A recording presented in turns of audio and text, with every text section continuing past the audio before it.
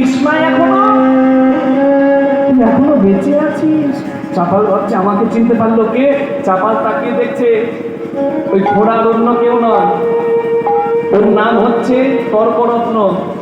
আর অন্ধটা যে ঘোড়াটাকে কাঁধে নিয়ে আছে তার নাম হচ্ছে ন্যায়রত্ন। ওদের জন্যই চাপাল সর্বনাশ করেছে বৈষ্ণবের ঘরে। ওরা ওই পণ্ডিত ব্রাহ্মণগুলো কুসঙ্গ করে চাপালের সর্বনাশ হয়েছে। চাপাল বলে তোমাদের জন্য আমার এই অধঃপতন।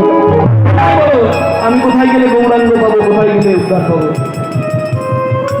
তারা বলছে আমরা যাচ্ছি কুলিয়া পাঠ অপরাধ ভঞ্জন মেলায়। বলেছি কীর্তনের প্রথমেই সন্ন্যাসী হওয়ার পরে গৌরাঙ্গ দুটি স্থানে আসে। একটা হচ্ছে শান্তিপুরে যেখানে মায়ের সঙ্গে মিলন হয়, আর একটা হচ্ছে কুলিয়া পাঠ ওই কল্যাণীর পাশে অপরাধ ভঞ্জন মন্দির আছে যেখানে, সেইখানে গৌরাঙ্গ আসবে অপরাধ ভঞ্জনের মেলায়। সেইখানে আমরা যাচ্ছি। চাপাল বলছে আমাকে নিয়ে চলো। চাপালে যাচ্ছে গৌর গৌর গৌর গৌর গৌর